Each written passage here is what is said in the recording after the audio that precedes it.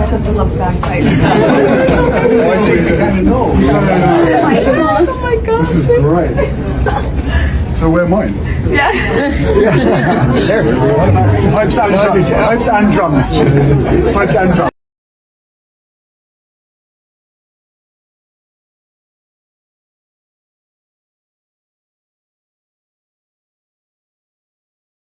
You're signing up to $50,000 today now. Now it's $60,000 now. I got $55,000 currently bid. Everybody, come on, bid cards up now. I need $60,000 to be good.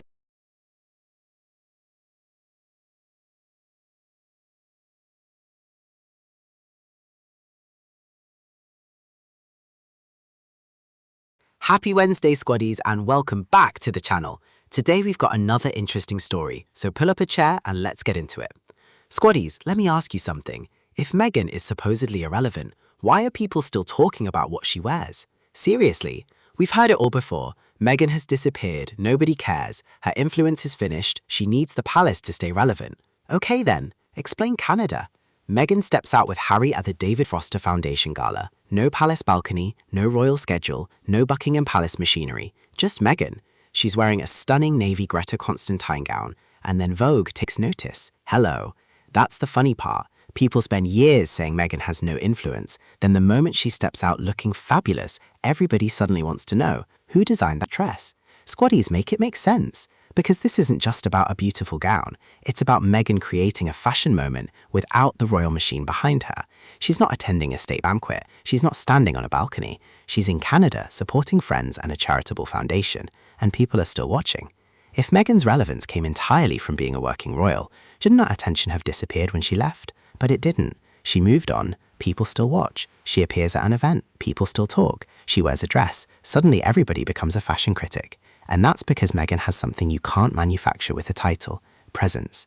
You know that person who walks into a room and everybody notices. They don't have to shout, they don't have to beg for attention, they just have that energy. That's Meghan, and she doesn't need a palace photographer following her around to create a moment. She can choose her own outfit, attend her own events, support the people she cares about, and people notice. That's influence.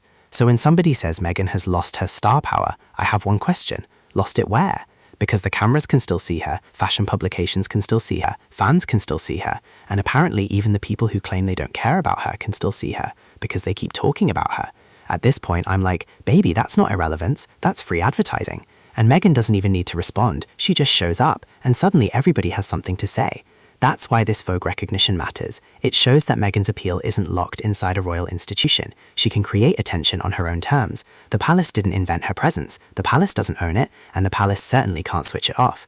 So let the critics say she's irrelevant. Meanwhile, Meghan is in Canada, looking stunning, supporting friends, celebrating a charitable foundation, and getting recognized by the fashion world. No palace required. That's the real story. Meghan didn't lose her star power when she stepped away from royal life. She proved she could carry it with her. Squaddies, this is the part I really love. Yes, Meghan looked absolutely stunning. The navy gown, the photographs, Harry beside her, beautiful couple, beautiful evening.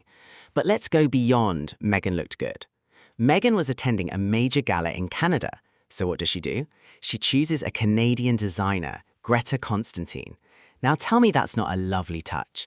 She could have walked in wearing any major international luxury label. Instead, she basically said, we're in Canada, let's celebrate Canadian fashion. And I love that. Because imagine you're a designer building your brand, working for years to get people to notice your designs. Then Meghan walks into a major gala wearing your creation. That's not a bad day at the office. Suddenly, people who had never heard of your brand are asking, who made that dress? That's the power of fashion.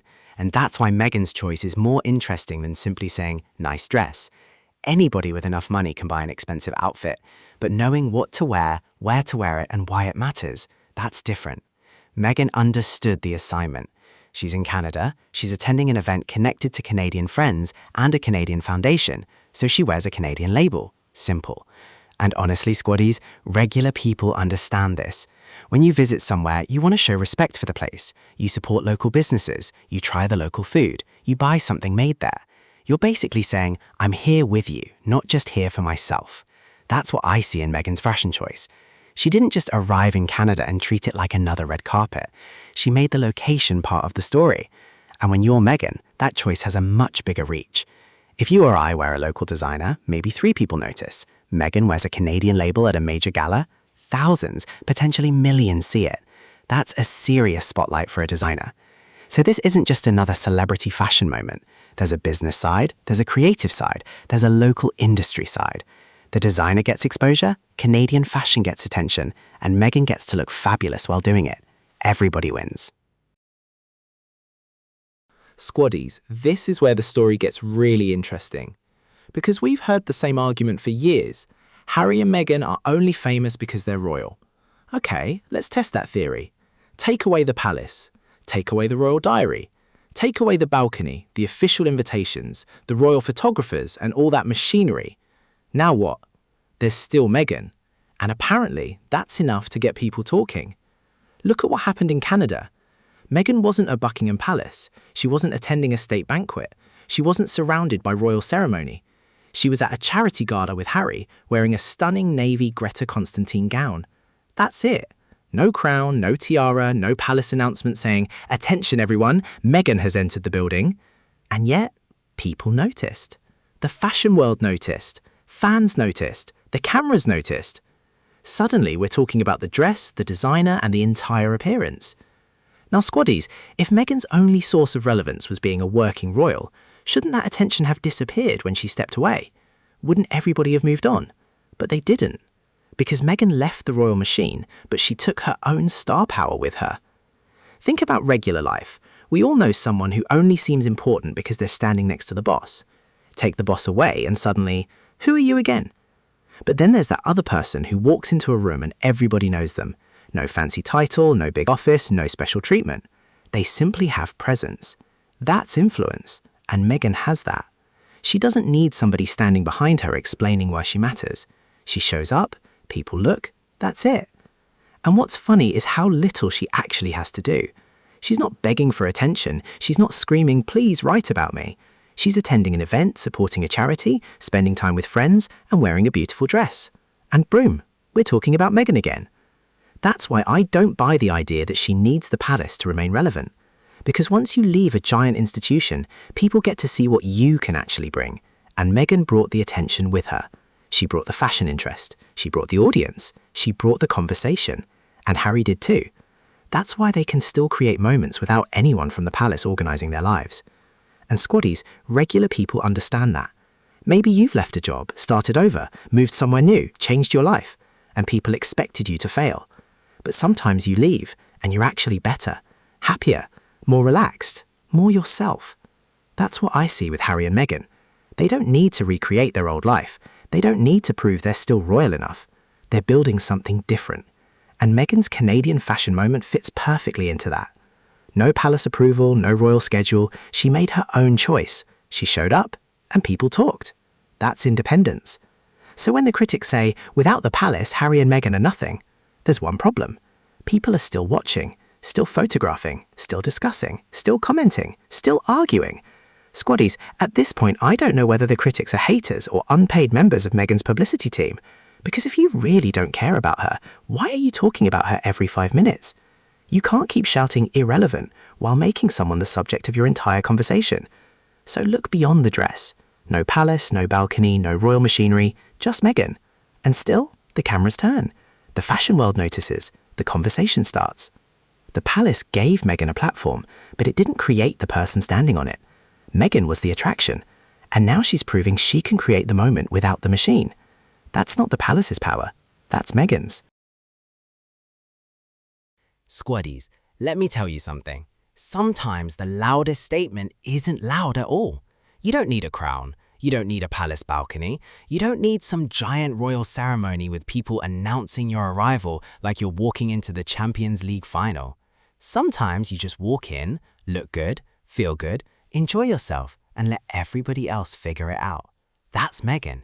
Look at that gala in Canada. No tiara, no royal procession, no palace schedule, just Meghan in that stunning navy Greta Constantine gown, Harry beside her, surrounded by friends and supporting a meaningful charitable cause. And honestly, did she look like she was missing anything? I didn't think so. She looked confident, comfortable, happy, like somebody who knows exactly where she belongs. And that's powerful, because confidence doesn't need to shout. Think about regular life. You leave a job, start something new, move somewhere different. Suddenly, everybody has an opinion. Some people wait for you to fail, and sometimes the best response is simple. Keep living, keep building, keep moving. That's what I see with Meghan. She's not standing there screaming, "Look everybody, I've moved on." She doesn't have to. She's simply living the life she's chosen. She's supporting friends, supporting charity, wearing a Canadian designer, standing beside her husband, enjoying herself, and somehow we're still talking about her. So if the goal was to make Meghan disappear, somebody forgot to tell Meghan. And let's talk about this idea that Meghan needs to look royal to matter. No tiara needed, no palace needed, no crown needed. She doesn't need somebody telling her when she's allowed to shine. She's grown beyond that. Because there comes a point when you stop asking, "Do they approve of me?" and start asking, "Am I happy with who I am?" That's confidence. That's freedom. And that's what I see when I look at Harry and Meghan at this gala. Two people enjoying their evening, supporting people they care about, and living life on their own terms. Yes, the gown was gorgeous. The Canadian designer choice was fantastic. Harry looked great. But the biggest thing wasn't the dress. It was the energy. Meghan looked like somebody who wasn't waiting for permission. And maybe that's what bothers the critics. She doesn't need to recreate her old royal life to build a successful new one. The title may have introduced Meghan to millions of people, but the title isn't what keeps people watching now. Meghan's presence does. So let the critics complain. Let them search for the palace. Let them ask where the crown is. Meanwhile, Meghan is living her life, looking fabulous, supporting people she cares about, and giving everybody else something to talk about. Squaddies, that's quiet confidence. And honestly, I'll take that over all the royal pageantry in the world.